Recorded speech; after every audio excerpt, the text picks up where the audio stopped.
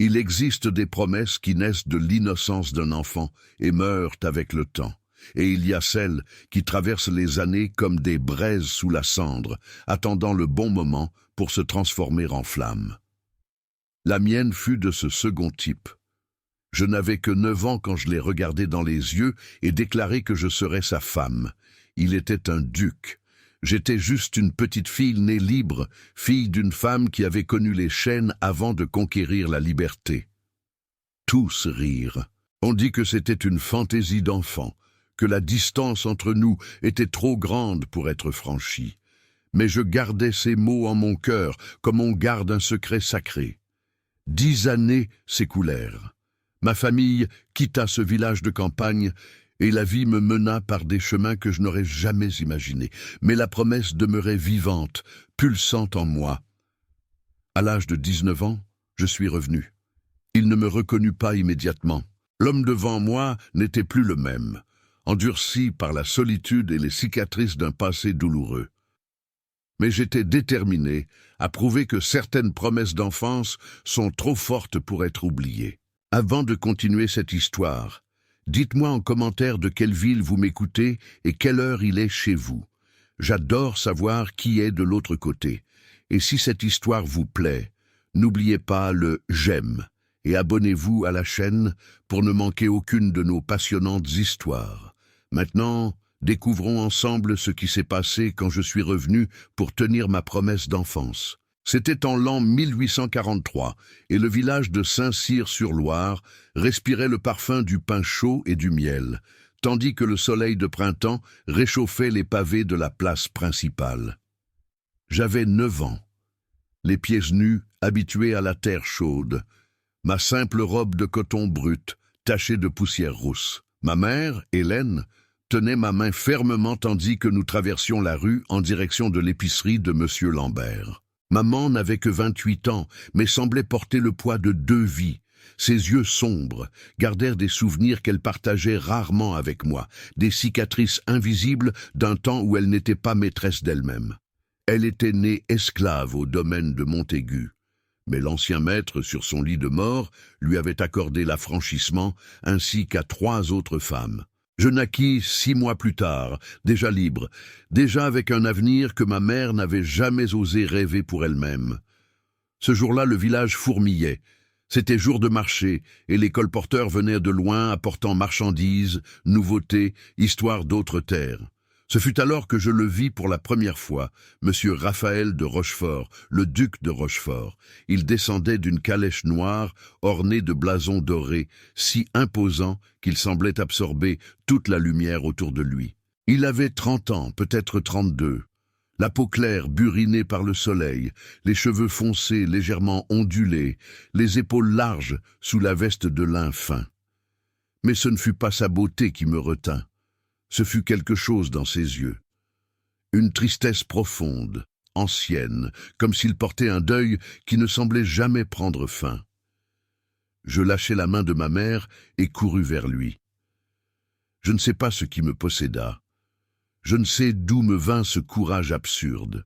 Je m'arrêtai juste devant lui, si petite que j'atteignais à peine sa taille, le cou tendu jusqu'à en avoir mal, et je lâchai sans hésiter: « Quand je serai grande, je serai votre épouse. » Le silence qui s'ensuivit fut assourdissant.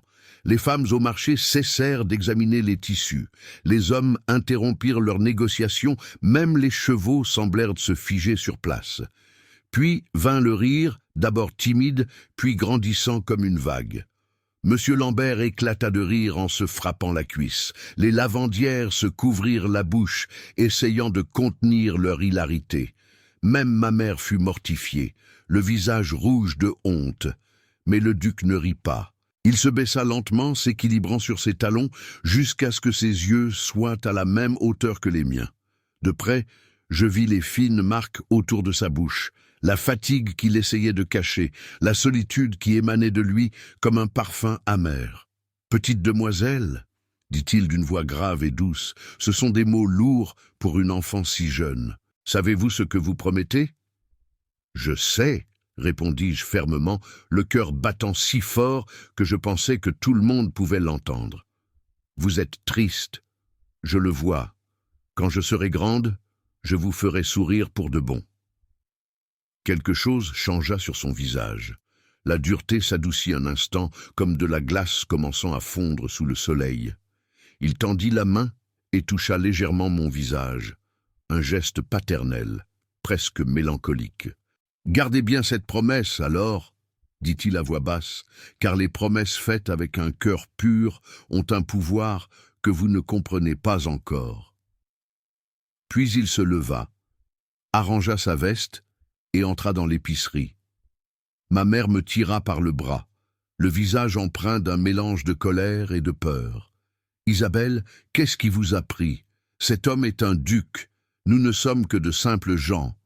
Vous ne pouvez pas parler ainsi. » Mais je ne regrettais rien. Cette nuit-là, allongée sur la natte à côté de ma mère, dans notre petite chambre à l'arrière de la maison de Madame Marianne, où elle travaillait comme couturière, je murmurais dans l'obscurité « Maman, pourquoi le duc est-il si triste ?»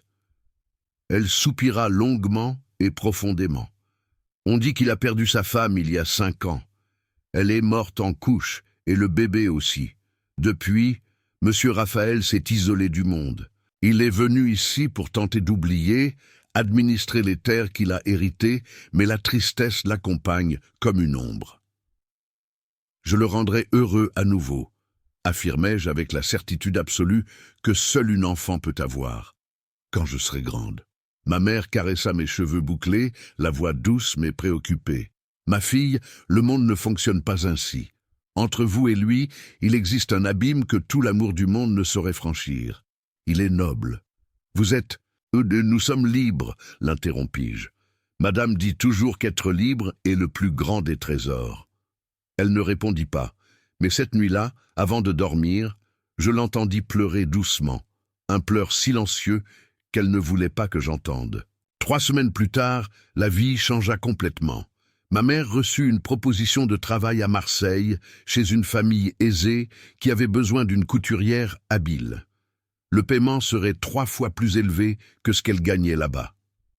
C'était une opportunité que nous ne pouvions refuser. Le jour du départ, je cherchais le duc dans tout le village.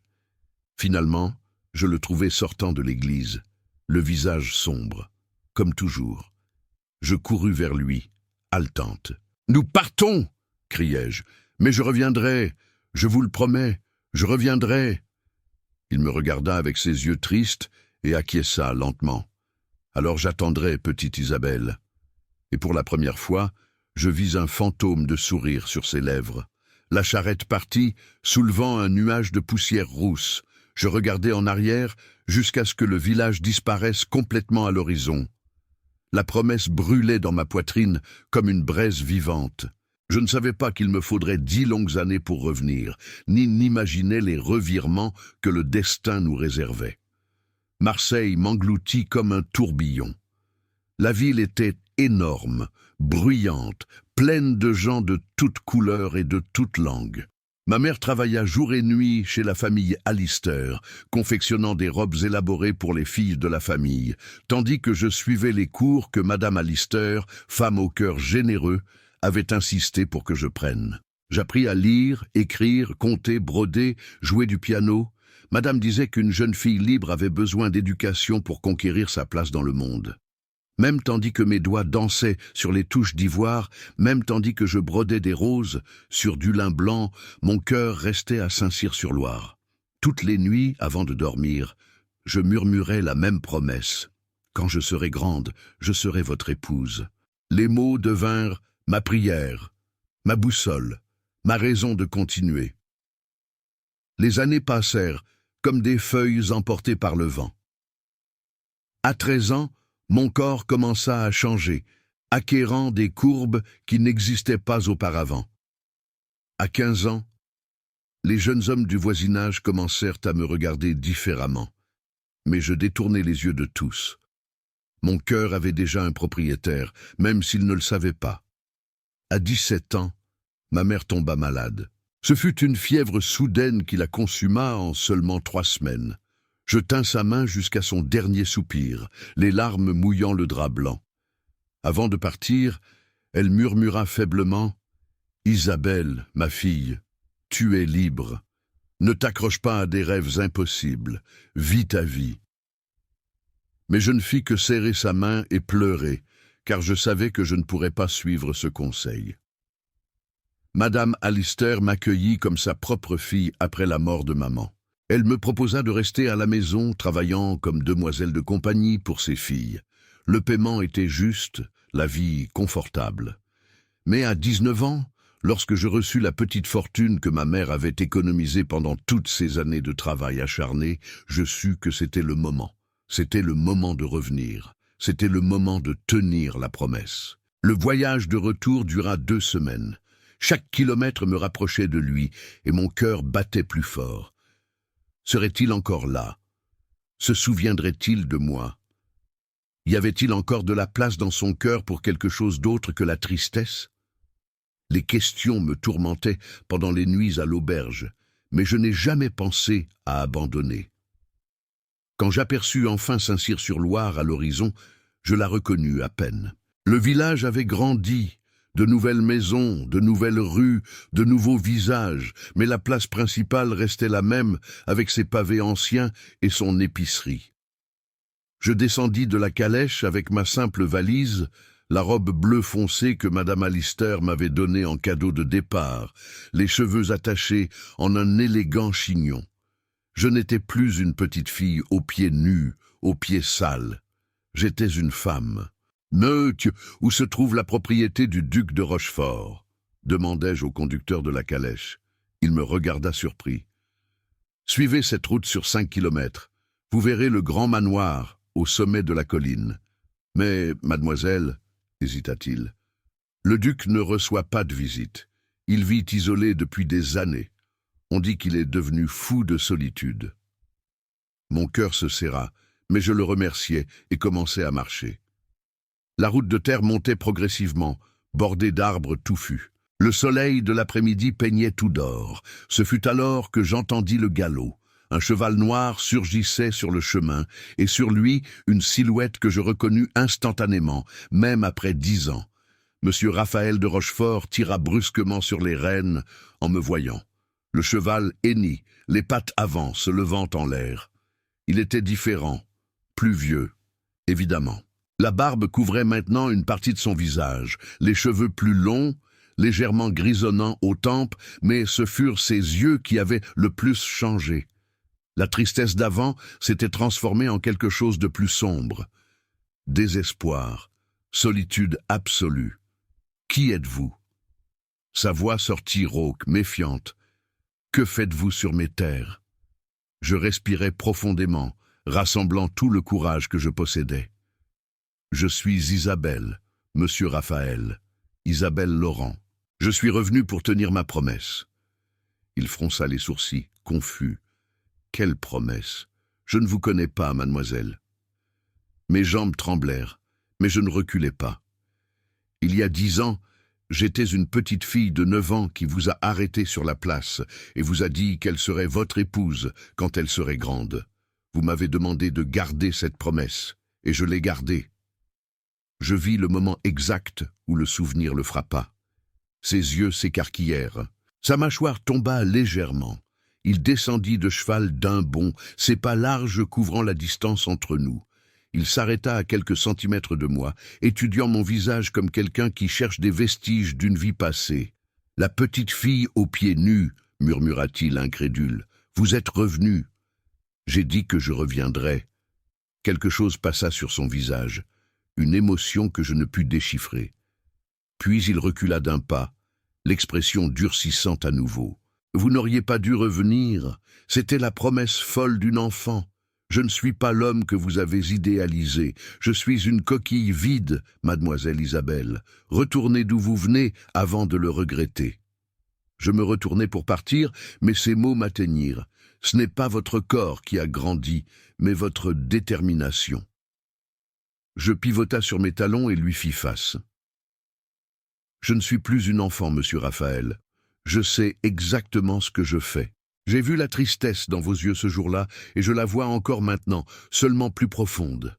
Je suis revenu parce que certaines promesses ne meurent pas avec le temps. Elles attendent juste le bon moment pour fleurir. » Il m'observa en silence, la respiration lourde. « Vous ne savez rien de moi, de ce que je suis devenu. Alors montrez-moi, défiai-je. Laissez-moi connaître l'homme qui est devant moi maintenant, pas le souvenir d'il y a 10 ans. » Pendant un long moment, je pensais qu'il me renverrait. Mais alors, avec un soupir vaincu, il prit les rênes de son cheval.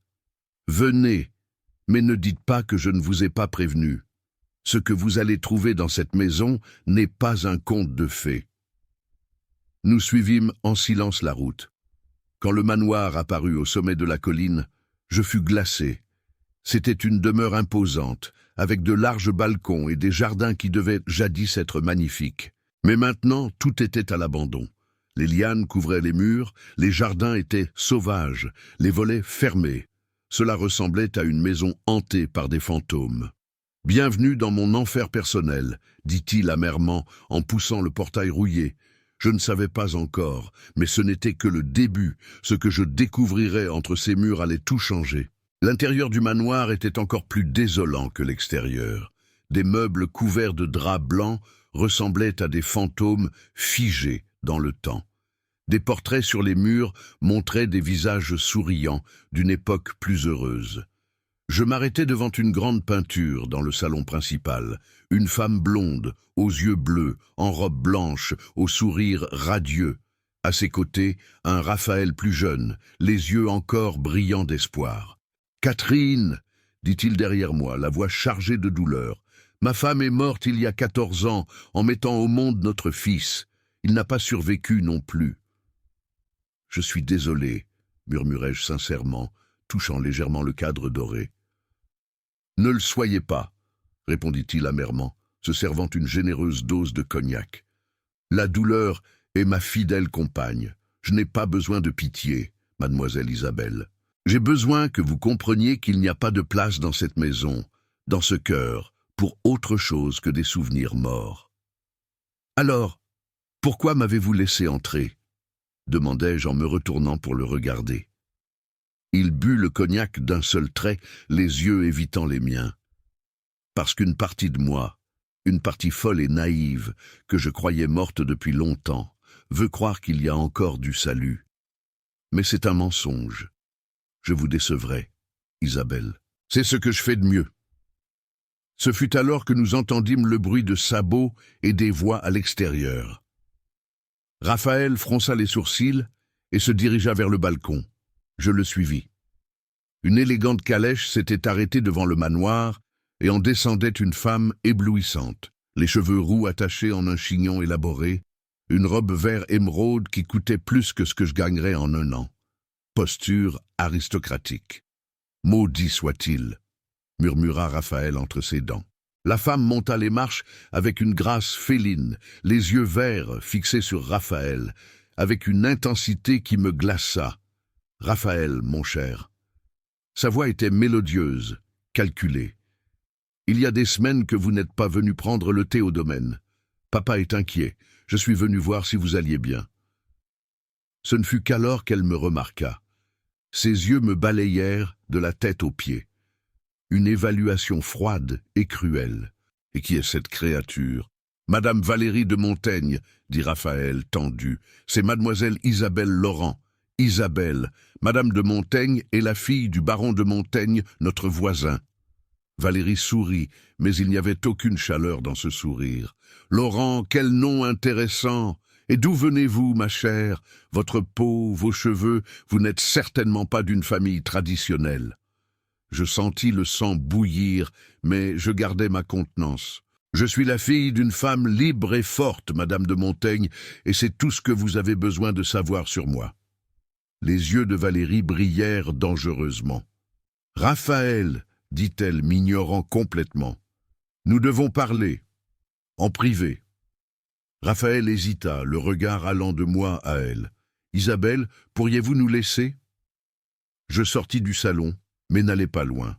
Je restai dans le couloir, où les voix arrivaient étouffées, mais compréhensibles. « Vous allez vraiment laisser cette femme rester chez vous ?» La voix de Valérie était chargée de venin. « Vous savez ce que les gens vont dire, un duc logeant sous le même toit qu'une femme d'origine douteuse. C'est un scandale. » Isabelle est mon invitée. La voix de Raphaël sortit ferme, et je ne dois de compte à personne, ni à la société, ni à vous, Valérie. J'entendis le son de pas rapides. Ah, ah, Raphaël. La voix de Valérie devint mielleuse, séductrice. Vous savez que j'ai toujours été là pour vous. Depuis le départ de Catherine, j'ai attendu patiemment que vous réalisiez que nous pouvons être heureux ensemble. Je suis de votre classe, je comprends votre monde. Cette petite fille, elle n'appartiendra jamais à votre univers. Il y eut un long silence. Mon cœur battait fort, mes mains moites.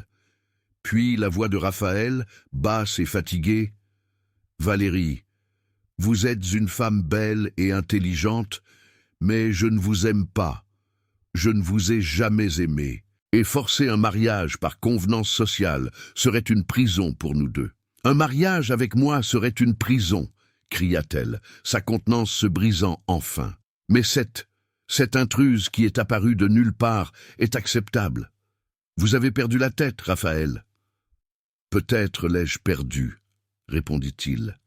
Mais c'est ma folie, pas la vôtre. J'entendis le son d'une gifle, puis des pas furieux. Valérie passa devant moi comme un ouragan, les yeux verts, brûlants de haine. « Cela ne va pas en rester là, » dit-elle à voix basse, rien que pour moi. « Vous ne savez pas à qui vous vous frottez, insolente !» La porte claqua violemment. Raphaël apparut dans le couloir, la marque rouge de la main sur la joue. Nos yeux se rencontrèrent. « Pardon que vous ayez entendu cela, » dit-il fatigué. « Elle l'aime ?» demandai-je, la voix plus tremblante que je n'aurais voulu. Il eut un rire amer. « Valérie aime les titres et le pouvoir. Je ne suis qu'un moyen d'obtenir ce qu'elle veut. » Il s'approcha de moi et, pour la première fois depuis que nous nous étions retrouvés, toucha mon visage avec douceur. « Vous, Isabelle, vous me regardez comme si j'étais encore digne d'être vue, comme s'il y avait encore quelque chose ici qui valait la peine d'être sauvé. »« Ah !» murmurai-je, couvrant sa main de la mienne. « Je vois. » Cette nuit-là, nous dînâmes ensemble pour la première fois. Raphaël fit préparer la salle à manger, retirant les draps des meubles, allumant des bougies. Ce fut un repas simple, mais chaque plat avait un sens.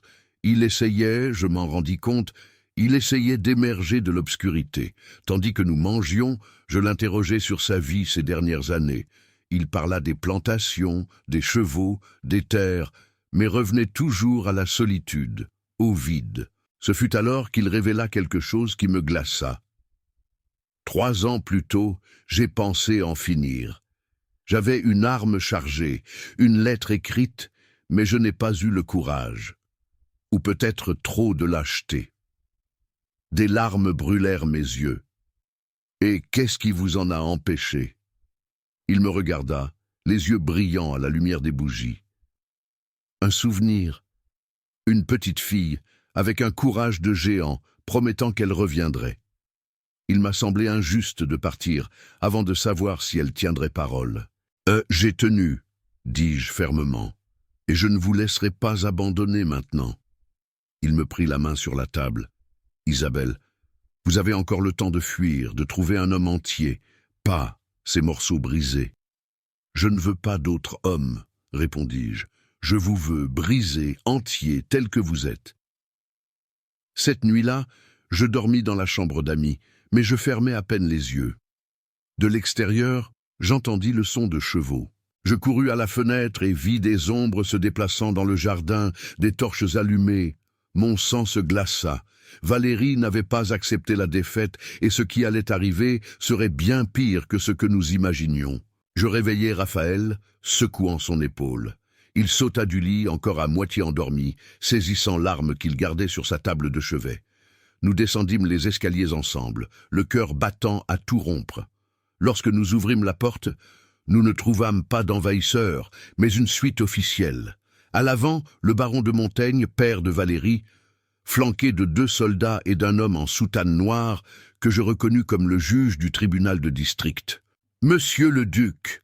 La voix du baron résonna autoritaire. « Je suis venu au nom de la loi et de la décence. Cette femme, il me désigna avec mépris, réside chez vous sans les formalités légales. Cela constitue un scandale public et une offense aux bonnes mœurs. J'exige que vous l'expulsiez immédiatement ou vous ferez face à des conséquences légales. » Raphaël fit un pas en avant, se plaçant entre moi et les hommes. « Avec tout le respect que je vous dois, baron, ceci est ma propriété. J'ai le droit de recevoir qui je veux. » Le juge se racla la gorge, sortant un document de sa poche. « En vérité, la situation est plus compliquée. Nous avons reçu une pétition formelle alléguant que vous n'êtes pas en pleine possession de vos facultés mentales. Il y a des rapports de comportement erratique, d'isolement extrême, de négligence des propriétés. Si cela est prouvé, un tuteur pourra être nommé pour gérer vos biens. » Je sentis Raphaël faiblir à mes côtés. C'était un piège parfait. Valérie et son père avaient tout orchestré. Si Raphaël était déclaré incapable, il perdrait tout, et le baron serait certainement nommé tuteur. Ce fut alors qu'une calèche apparut sur la route. En descendit un homme âgé à la barbe blanche, élégamment vêtu, suivi d'un jeune homme portant une mallette en cuir. L'homme âgé monta les marches avec autorité, les yeux parcourant la scène avec intérêt. J'interromps quelque chose d'important. Sa voix avait un accent parisien prononcé. « Qui êtes-vous, monsieur ?» Le baron exigea irrité. L'homme sourit. « Mon nom est Auguste Dubois, avocat venu directement de Paris, et je suis venu à la demande de mon client, le vicomte de Rochefort, oncle de monsieur Raphaël. » Raphaël cligna des yeux, surpris. « Mon oncle, mais il n'a jamais... Votre oncle a suivi votre situation de loin, jeune homme. » L'avocat l'interrompit, et a pris connaissance de certaines irrégularités sur les terres qui jouxtent les propriétés du baron de Montaigne. Il se tourna vers le jeune assistant. « Les documents, s'il vous plaît. » L'assistant ouvrit la mallette et remit des papiers à l'avocat, qui les montra au juge. « Vous verrez, votre Excellence, qu'il y a des registres prouvant que 3 hectares de terre, actuellement occupés par le domaine du baron, appartiennent en réalité au duché de Rochefort. Il y a eu une appropriation indue, il y a environ 5 ans. » Le visage du baron pâlit. « C'est absurde. Ces terres sont les miennes par droit de possession. » « Le droit de possession ne prévaut pas sur le titre de propriété enregistré, » rétorqua l'avocat calmement. « Et il y a plus. » Il se tourna vers moi, les yeux doux. « Mademoiselle Isabelle Laurent, fille d'Hélène Laurent. » Je le regardai confuse. « Oui, monsieur. » Il sourit. « Votre mère était une femme extraordinaire. Avant de décéder, elle m'a contacté à Marseille et m'a engagé pour une tâche très spécifique, enquêter sur votre lignée. » Il sortit un autre document de la mallette. Hélène Laurent était la fille illégitime du commandeur Antoine de la Roche. Il ne l'a jamais reconnue publiquement, mais dans son testament, il lui a laissé une somme considérable. Avec les intérêts accumulés au fil des ans, l'héritage totalise une somme qui fait de vous une femme de possession considérable, mademoiselle Isabelle. Ma bouche s'ouvrit sous le choc. J'ai un héritage substantiel. L'avocat confirma. Votre mère voulait que vous le sachiez à votre majorité légale et m'a également demandé de veiller sur vous si vous décidiez de revenir à Saint-Cyr-sur-Loire. C'est ainsi que j'ai su que vous étiez ici. Valérie, qui était descendue de la calèche et observait tout avec une fureur croissante, ne put se contenir. Cela ne change rien. Elle n'est toujours qu'une... Attention à votre prochaine parole, Madame de Montaigne, coupa l'avocat d'un ton glacial. La calomnie est un crime passible de la loi. Et si vous continuez à diffamer ma cliente, je vous assure que votre père n'aura pas seulement des problèmes de terre à régler. Le baron tira sa fille par le bras. Allons-nous-en, Valérie. Cela n'est pas terminé, monsieur le duc. Nous reviendrons quand la justice sera de notre côté. Ils partirent en flèche, la poussière s'élevant derrière la calèche. Le juge, visiblement mal à l'aise, présenta ses excuses formelles et se retira également. Nous restâmes là, Raphaël et moi, encore à assimiler tout ce qui s'était passé. L'avocat s'approcha de Raphaël. « Votre oncle m'a également demandé de vous remettre ceci. » Il tendit une lettre scellée. Raphaël l'ouvrit des mains tremblantes et la lut en silence. Quand il eut terminé, il y avait des larmes dans ses yeux. « Que dit-elle » demandai-je doucement. Il s'essuya les yeux, la voix étranglée. Mon oncle dit qu'il a entendu parler de la petite fille qui a promis d'être ma femme. Il dit que tout enfant ayant le courage de faire une telle promesse, et toute femme ayant le courage de la tenir, mérite d'être traitée comme la bénédiction qu'elle est. Il nous donne sa bénédiction et nous invite à lui rendre visite à Paris, quand nous le voudrons. 3 mois plus tard, la petite chapelle de Saint-Cyr-sur-Loire était pleine. Moi, vêtu d'une robe blanche, simple mais élégante, payée avec mon propre héritage, marchais vers l'autel. Raphaël m'attendait là, le visage enfin libéré de cette ancienne tristesse. Il n'était plus un homme hanté par des fantômes, c'était un homme qui avait retrouvé une raison de vivre. Quand le prêtre nous déclara mari et femme, Raphaël m'embrassa avec tendresse et les applaudissements éclatèrent dans la chapelle. Dehors, tout le village célébrait. Même ceux qui avaient douté souriaient maintenant. La promesse impossible d'une petite fille de 9 ans était devenue réalité. Cette nuit-là, sur le balcon du manoir, maintenant rénové, avec des fleurs dans les jardins et de la vie dans chaque pièce, Raphaël m'étreignit par derrière, tandis que nous regardions les étoiles. « Vous avez sauvé ma vie, Isabelle », murmura-t-il à mon oreille.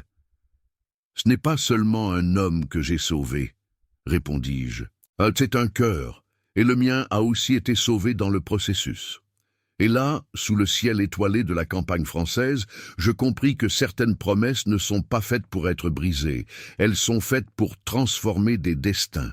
Si vous avez aimé cette histoire, laissez votre commentaire ci-dessous. J'adore connaître votre avis sur ces histoires d'amour qui traversent le temps. Et regardez, une vidéo apparaît sur votre écran. Cliquez dessus et je vous retrouve de l'autre côté.